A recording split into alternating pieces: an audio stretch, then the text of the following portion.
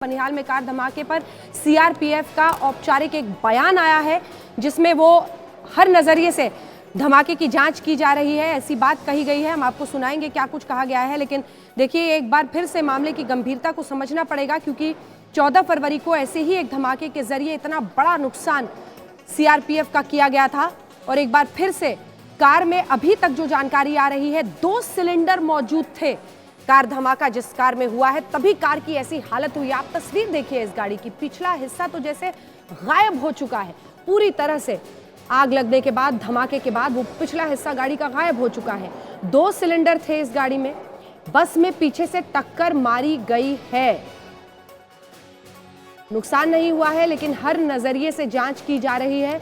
तो ये कहा जा रहा है कि इससे देखिए तेल की बोतल्स भी थी इस गाड़ी में, यूरिया भी है, इसका मतलब यूरिया भी है। तो इन सब से शक जो है वो गहराता जा रहा है।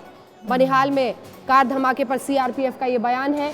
न सिर्फ वहां पर तेल की बोतलें बल्कि इसके साथ यूरिया, ये 2-3 चीजों का होना भी कुछ संकेत दे रहा है। शुजाउल हक हमारे सहयोगी हमारे साथ आगे बढ़ रहे हैं। शुजा, कहीं ऐसा तो नहीं कि जो शक और आशंका थी वही अब सच साबित हो रहे हैं? क्या कुछ इस गाड़ी में 2 सिलेंडर, कुछ तेल की बोतलें, यूरिया, क्या कुछ मिला है, क्या जानकारी है?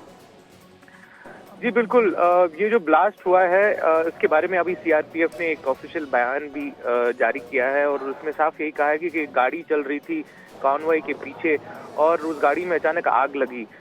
इस आग की लगने की वजह से एक ब्लास्ट हुआ और उस ब्लास्ट से सीआरपीएफ की जो एक गाड़ी थी उसमें थोड़ा बहुत नुकसान हुआ है। किसी के हताहत होने की या कोई इंजरी होने की कोई खबर नहीं आई है। अब जो 2-3 चीजें जो इसमें संदिग्ध है वो ये है कि जो ड्राइवर इस गाड़ी का था वो फरार हो गया और अभी भी उसकी सर्च जारी है। दूसरा, जो इस गाड़ी से सामान बरामद हुआ है उसमें से 2 सिलेंडर, एलपीजी के सिलेंडर मिले हैं और कुछ तेल की बोतलें मिली हैं। पूरे के पूरे घटनाक्रम को इस वक्त जांचा जा रहा है और पुलिस के हिसाब से अभी तक ये एक मिस्टीरियस ब्लास्ट ही है। अभी तक इसको आतंकी हमला नहीं करार दिया गया है। और यही जल्दबाजी हम भी नहीं कर रहे, थोड़ा सा इंतजार कर रहे हैं, जैसे पूरी तस्वीर साफ होगी तभी कुछ कहा जा सकता है। अभिषेक भल्ला हमारे साथ इस वक्त डिफेंस एक्सपर्ट जुड़ रहे हैं।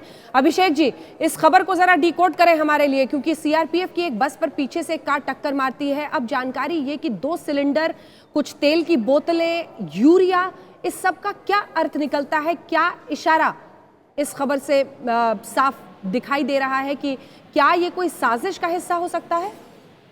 अंजना, अभी तक जो जानकारी आई है उससे ये तो क्लियर है कि ये एक एक्सीडेंट तो शायद नहीं है, लेकिन किसी किस्म का सस्पिशियस ब्लास्ट जरूर है।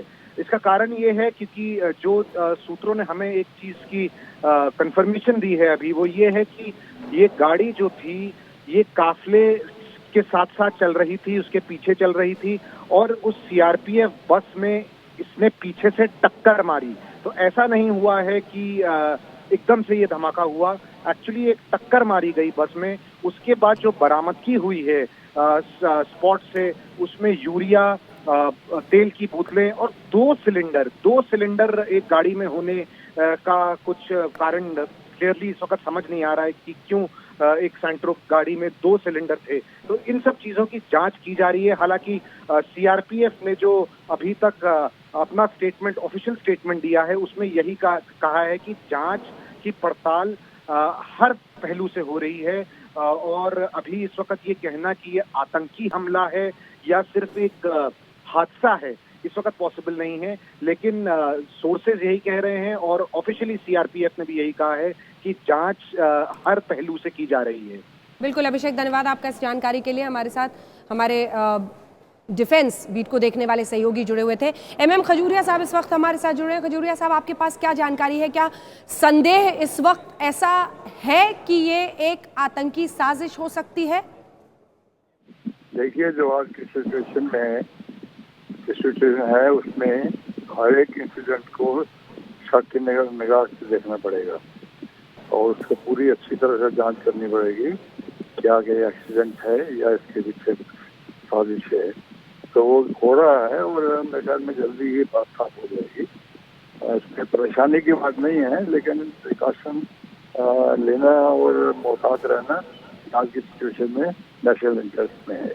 जी। खजूरिया साहब, आप पूर्व डीजीपी रह चुके हैं जम्मू कश्मीर के, इसीलिए मैं ये सवाल आपसे पूछ रही हूँ सर कि पिछली बार भी जब 14 फरवरी को पुलवामा में आतंकी हमला हुआ था, कहा गया था कि सुरक्षा बलों के काफिले को लेकर बहुत सावधानी बरतने की जरूरत है।